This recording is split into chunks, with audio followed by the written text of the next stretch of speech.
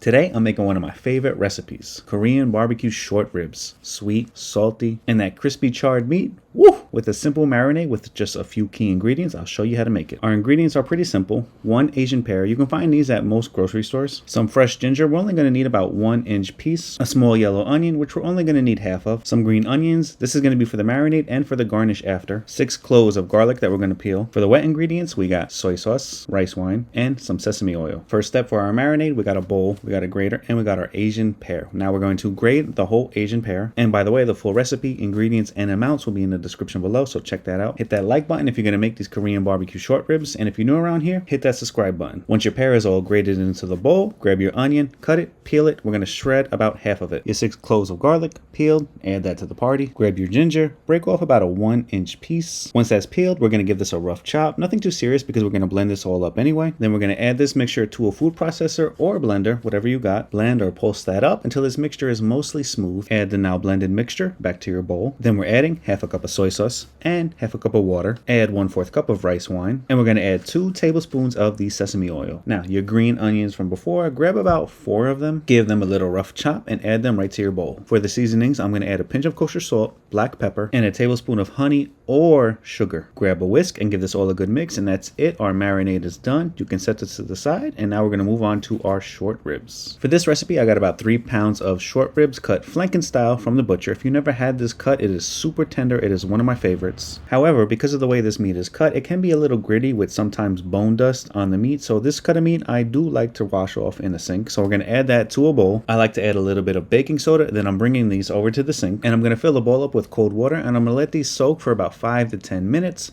Then I'm going to drain the water, fill them back up with cold water, scrub them down a little bit. I like to use a lime for this, and then I'm going to rinse it one final time. Once the meat is washed, I like to wrap it in a paper towel and sort of squeeze it and stretch out that meat a little bit while I'm drying it. Then I'm going to add it to a large container that's large enough to hold all of the ribs and our marinade. Then we're adding our marinade over our meat, and then this is going to marinate for a staggering 24 hours. And I'm going to go in every 6 hours and rotate that meat so it gets nice and evenly covered. It's been 24 hours and our meat has been marinating the whole time. Now there's many different ways you can cook them. You could pan fry them, you could grill them over some charcoal, you could broil them until they're nice and crispy. At the time of me making this video, it is absolutely pouring out today, so I will be doing mine under the broiler.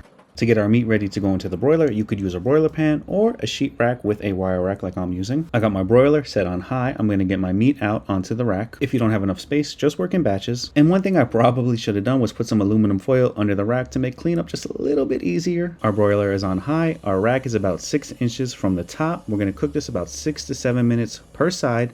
Flip it and do another 6 to 7 minutes until that meat is nice and charred and crispy. And once the meat does come out of the oven, let it rest a few minutes right on that rack. To serve it up, I'm going to do a nice sized serving dish with some greasy lean lettuce right over the top. Our short ribs are right over the lettuce, and we're going to garnish with some sesame seeds and some sliced green onions right over the top as well. And that's it for our Korean style barbecue short ribs. And let me tell you, for the rest of the day, my whole house smelled like barbecue, which is just another plus of making this recipe. And let me tell you, that meat is deliciously tender, sweet, salty, crispy.